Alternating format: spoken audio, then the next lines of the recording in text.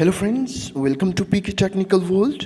Friends, today in this video I will explain the remaining topics of existentialism movement.